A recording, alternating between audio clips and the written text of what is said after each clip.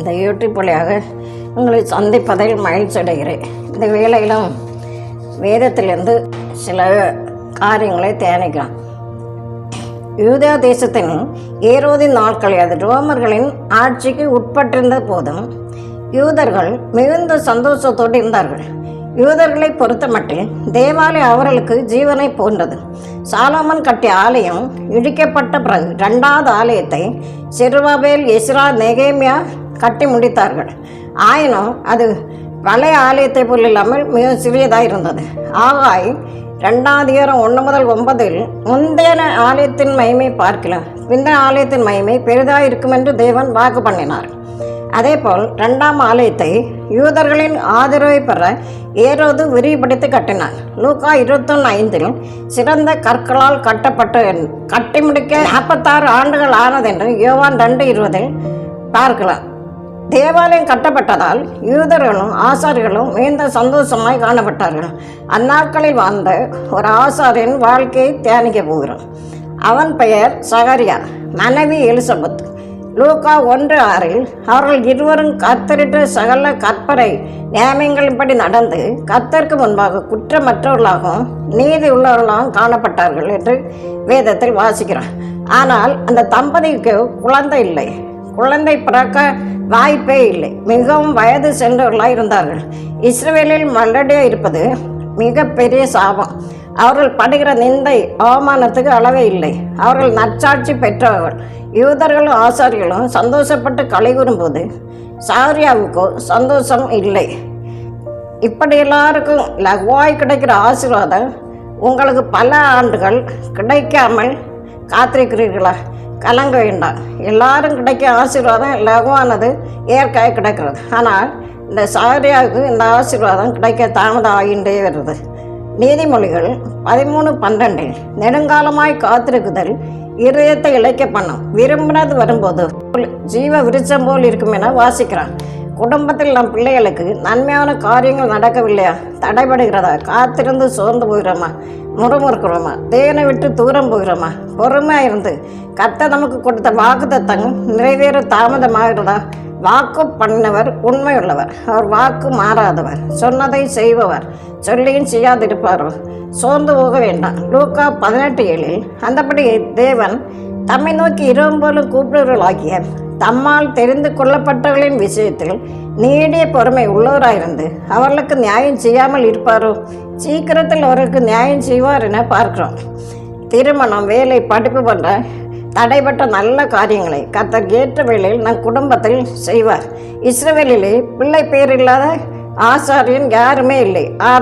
Aaron குடும்பத்துக்கு காலத்துக்கு பெண் பிள்ளையாவது பிறந்திருக்கிறார்கள். ஆனால் சாரியாவுக்கோ இப்படிப்பட்ட நிலை. ஆசாரியவுடன் செய்கிற நாட்களில் அவன் எத்தனை பேருக்கோ பலைகளை செலுத்தி அவனால் ஆசீர்வதிக்கப்பட்டவர்கள். நீங்கள் ஜெபித்து உங்களால் ஆசீர்வதிக்கப்பட்டவர்கள் அநேகர் உண்டு. அதே போல் தான் சகரியாவின் நிலை. சகரியா தேவனை விட்டு பின்வாங்கவும் இல்லை, ஊழியத்தை நிறைவேற்றி வந்தான். ஓய்வு நாளில் தேசத்து ஜனங்கள் யாவரும் காலமே தேவாலயத்திற்கு கூடியேறுவார்கள். பழைய ஏற்பாட்டின் நாட்களில் எல்லோரும் ஆலயத்துக்கு செல்ல முடியாது. வயதிலும் அனுபவத்திலும் முதிர்ந்த ஆசாரிகளின் பெயர்களை எழுதி சீட்டு குலுக்கி போட்டு 3 ஆசார்களை தெரிந்தெடுத்து அவர்கள் மாத்திரமே ஆலயத்தில் பிரவேசித்து ஊழியம் செய்ய முடியும். சீட்டு பெற்ற 3 ஆசார்களில் முதல் சீட்டை பெற்றவர் பரிசுத்த அப்பங்களை அடுக்க வேண்டும். 2ஆம் சீட்டை பெற்றவர் குத்து விளக்கை ஏற்ற வேண்டும். 3ஆம் சீட்டை பெற்றவர் தூபம் காட்ட வேண்டும்.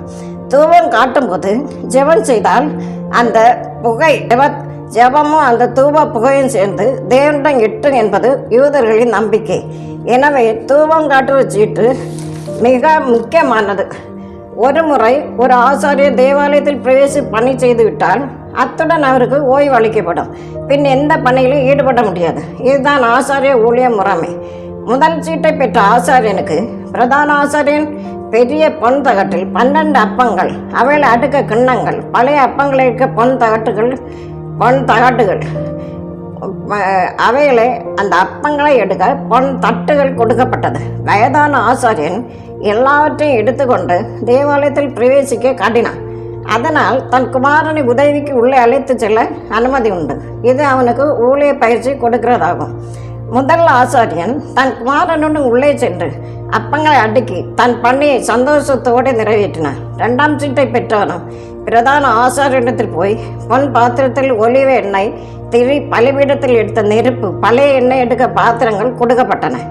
அவன் தன் குமாரனை அழைத்து கொண்டு உள்ளே போய் குத்து விளக்கை ஏற்றி தன் பணியை நிறைவேற்றி சந்தோஷத்தோடு திரும்பி வந்தான். 3வது சீட்டான தூபங்காட்டுற சீட்டை பெற்ற சகரியா பிரதான ஆசானிடம் சென்று பொற்பாத்திரத்தில் தூபவர்க்கம், நெருப்பு துண்டுகள், சாம்பல் எடுக்க பாத்திரங்கள், கரண்டிகள் எல்லாம் இருந்தது. பிரதான ஆசாரியன் சகரியாவை பார்த்து கேட்டார், நீதிமானாகிய சகரியாவே, உன் குமாரன் எங்கே? சகரியாவின் சூழ்நிலை பார்த்து எல்லா ஜனங்களும் இவன் என்ன பாவம் செய்தானோ என்ற பேச்சுக்கு அளவே இல்லை. அவர் பட்ட அவமானங்கள், வேதனைகள் கொஞ்சமல்ல. எல்லா பொருட்களையும் தனியாக எடுத்துக்கொண்டு தேவாலய படிகளை தள்ளாடி ஏற ஆரம்பித்தான். லேவியர் எல்லோரும் படிகள் நின்று அல்லேலூயா என்று சத்தமாய் பாடினார்கள். தேவன் வீட்டிற்கிற மகா பரிசுத்த ஸ்தலத்தில் அவர் கதவை திறந்து அந்த பொன் கதவை அடைத்து விட்டு தூப பீடத்தை நோக்கி சென்றார். அவருக்கு உள்ள எவ்வளோ வேதனைப்பட்டிருக்கும். நான் என்ன தவறு செய்தேன்? எத்தனை ஆண்டுகளாய் காத்திருக்கிறேன். நீர் எனக்கு பிள்ளை கொடுக்கவில்லை. கொடுத்திருந்தால் என்னை போல் நீதிமானாய் ஆசாரிய ஊழியத்திற்கென்று வளர்த்திருப்பேனே. எத்தனை வாக்கு தத்தம் என்னவாயிற்று? என் நிமித்தம் எத்தனையோ பேர் ஆசீர்வாதம் பெற்றிருக்கிறார்கள். எனக்கு மட்டும் ஏன் என்ற புறம்பல்கள், ஏக்கங்கள். தூபபீடத்தை தண்ணியாய் சாய்த்து அதை சுத்தம் செய்து நெருப்பு தலைகளை அடிக்கினார். தூபவர்க்கம் எடுத்து தூபம் காட்டும்போது ஜெபிக்க வெளியே ஜனங்கள் காத்திருந்தார்கள். தூபபீடத்தின் மேல் தூபவர்க்கத்தை போட ஆரம்பித்ததும் தூப புகை மேலெழும்ப ஆரம்பித்தது. ஆண்டவரே, எல்லாம் முடிய போகிறது. இன்னும் கொஞ்ச நேரத்தில் உன் சமூகத்தை விட்டு செல்ல போகிறேன். இந்த தூப புகையிலே எத்தனையோ பேரின் ஜெபம் உம்மிடத்தில் எட்ட போகிறது. ஆனால் என் ஜெபங்கள் ஒன்று கூடவா உம்முடைய சமூகத்தில் வரவே இல்லை. என்னை நினைவு கூறவே இல்லை என இருதயத்தின் பெருமூச்சு மேலெழும்ப ஆரம்பித்தது.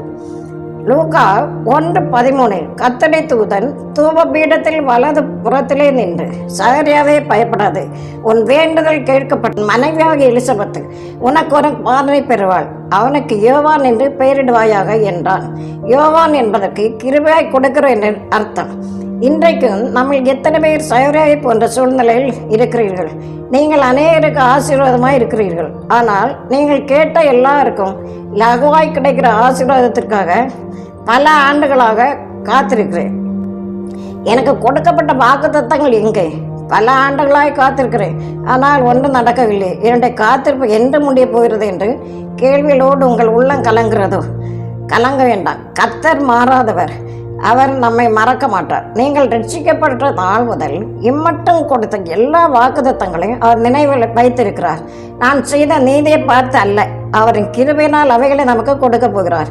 ஒரு சாதாரண குழந்தையை சகரியாவுக்கு கொடுக்க வேண்டுமென்றால் அதை என்றைக்கு கர்த்தர் கொடுத்திருப்பார். கர்த்தர் கொடுக்க நினைத்தது அசாதாரணமானது. மத்தேயு 11:11 ஸ்திரீகளிடத்தில் பிறந்தவர்களில் யோவான் ஸ்நானனை பார்க்கிறோம், பெரியவன் ஒருவனும் எழும்புதில்லை என்று பார்க்கிறோம். கர்த்தரும் நமக்கு கொடுக்க நினைப்பது சாதாரண காரியம் அல்ல. மாபெரும் அற்புதத்தை காணப்போகிறீர்கள். உங்களுக்கு கொடுத்த வாக்குத்தத்தங்களை நீங்கள் மறந்தாலும் அவர் மறக்கவில்லை. அது நிறைவேற வாய்ப்பே இல்லை என்பது போன்ற சூழ்நிலை காணப்பட்டாலும் சூழ்நிலை மாற்றி அது நிறைவேற்றி முடிக்க தேவன் வல்லமை உள்ளவர். விசுவாசிப்போம், அப்படியே செய்வார். ரோமர் 4:21 தேவன் வாக்குத்தத்தம் பண்ணினதை நிறைவேற்ற வல்லவராக இருக்கிறார் என்று முளை நிச்சயமாய் நம்பி தேவனை மகிமைப்படுத்தி விசுவாசத்தில் வல்லவனானான் என்று ஆபிரகாமை குறித்து சொல்லியிருக்கிறது. விசுவாசித்து ஈசாக்கை பெற்றெடுத்தான். அவன் தன் சரீர நிலைமையை பார்க்கவில்லை, தேவனை விசுவாசித்து நம்பினான். நாமும் நம் சூழ்நிலையை பார்க்காமல் தேவன் செய்வார் என விசுவாசிப்போம். சகரியாவும் எலிசபெத்தும் தேவனுக்கு முன்பாக குற்றமற்றவர்களாய் நடந்து நீதி உள்ளவர்களாய் இருந்தார்கள். அப்படிப்பட்டவர்களுக்கும் நன்மை கிடைக்க தாமதமானவுடன் பாவம் செய்திருப்பார்களோ, என்ன பாவம் தான் செய்திருப்பார்கள் என்று ஜனங்கள் அவர்கள் ஏளனமாய் நினைத்திருக்கலாம். அதுபோல் நம் வாழ்க்கையிலும் கர்த்தர் அற்புதம் செய்ய தாமதமாகும் போது ஜனங்கள் எல்லாரும் இப்படித்தான் நம்மை நினைப்பார்கள். ஆனால் நாம் அவருக்கு முன்பாக உண்மையாய் உத்தமமாய் இருக்கும்போது தாமதமாய் செய்தாலும் அதை ஆசீர்வாதமாக காணப்பட செய்வார். அப்போஸ்தலர் 28:3-6 வரை பார்க்கும்போது பவுலை ஒரு விரியன் பாம்பு அவன் கையை கவ்விக்கொண்டது. அந்த தீவார் இவன் கொலைபாதகன் என்றார்கள். கடித்த பிறகும் ஒரு சேதமும் வராத போது அவன் தேவன் என்று சொன்னார்கள். இன்றைக்கும் ஜனங்கள் இப்படி தான் நமக்கு பிரச்சனை வியாதி பாடுகள் வரும்போது இப்படி தான் சொல்லி நம்மை தூற்றுவார்கள். நம்மை கர்த்தர் பார்க்கிறார், இருதயத்தை பார்க்கிறார், கண்ணீரை அவர் துடைக்க வல்லவராயிருக்கிறார். வியாதியா, பிரச்சனையா, பிள்ளைகளை பற்றிய கவலையா, கடன் தொல்லையா, ஏற்ற வேளையிலே கர்த்தர் மாற்றுவார், கவலைப்பட வேண்டாம். அந்நாளுக்கு தாமதமானாலும் சாமுவேல் தீர்க்கதரிசியை கொடுத்தார். சௌரியாவுக்கு இயேசுக்கே ஞானஸ்நானம் கொடுத்த மகனை கர்த்தர் கொடுத்தார். தாமதமானாலும் கர்த்தர் நமக்கு பெரிய காரியங்களை செய்ய வல்லவர். ஆரம்பம் அற்பமாக இருந்தாலும் முடிவு சம்பூர்ணமாக இருக்கும். நீதிமானுக்கு வரும் துன்பங்கள் அநேகமாக இருக்கும், அவைகள் எல்லாவற்றிலிருந்து அவனை விடுவிப்பார். கர்த்தர் தான் நேசிக்கிற மகனை தான் சிட்சிக்கிறார். ஆனால் அதே போல் நம்மையும் கர்த்தர் சிட்சிக்கும் போது இப்படி நமக்கு நன்மையில் கிடைக்க தாமதம் போகுது. அவர் நம்மை நேசிக்கிறார், அந்த ஆபத்திலிருந்து, அந்த வியாதி பிரச்சனையிலிருந்து நம்மை விடுவிக்கிறார் என்பதை நாம் அறிந்து நாம் அவருக்கு சாட்சியாக வாழ வேண்டும். நாம் ஜெபிக்கிற எல்லா காரியத்துக்கும் அவர் ஏற்ற வேளையில் பதவியில் செய்ய வல்லவராயிருக்கிறார். ஆரம்பத்திலே கிடைத்த ஆசீர்வாதம் முடியலை துரிதமாக ஆசீர்வாதம் படாது. அதனால் நம்ம எல்லா ஆசீர்வாதத்துக்கும் உறைவிடமாகிய இயேசு நோக்கி நம் கவலைகளை பாரத்தை வைத்து ஜெபிப்போம். இந்த வேளையில் ஜெபிப்போம். அன்புள்ள இயேசப்பா, இந்த நல்ல வேலைக்காக உண்மை துதிக்கிறோம், ஸ்தோத்திரிக்கிறோம். இதை கேட்கிற ஒவ்வொரு ஆசீர்வாதம் சாரியா எலிசபெத்தின் வாழ்க்கையிலே இந்த குறைவை நிறைவாக்கி கொடுத்து அவன் வேண்டுதலை கேட்டு தாமதித்தாலும் பெரிதான ஆசீர்வாதத்தை கட்டளையிட்டு போல எங்கள் வாழ்க்கையிலும் நீ கொடுத்த வாக்குத்தத்தங்களை நிறைவேற்றி தர வல்லவராயிருக்கிறீர் என்று நாங்கள் விசுவாசித்து தாமதமாகிறதே குடும்பத்தில் பிள்ளைகளுக்கு நன்மைகள் கிடைக்கவில்லை என்று பின்வாங்கி சோர்ந்து போகாதபடிக்கு பெற்றுக்கொள்ளும் வரை பொறுமையாய் காத்திருந்து உமக்காய் கடைசியர் வாழ்ந்து உமக்கு பிரியமானது செய்து அநேகரை உம்மிடம் வழி நடத்தி உம் வருகையில் எடுத்துக்கொள்ளப்பட ஆயத்தப்படும்படியாகவும் ஜெபிக்கிறோம்.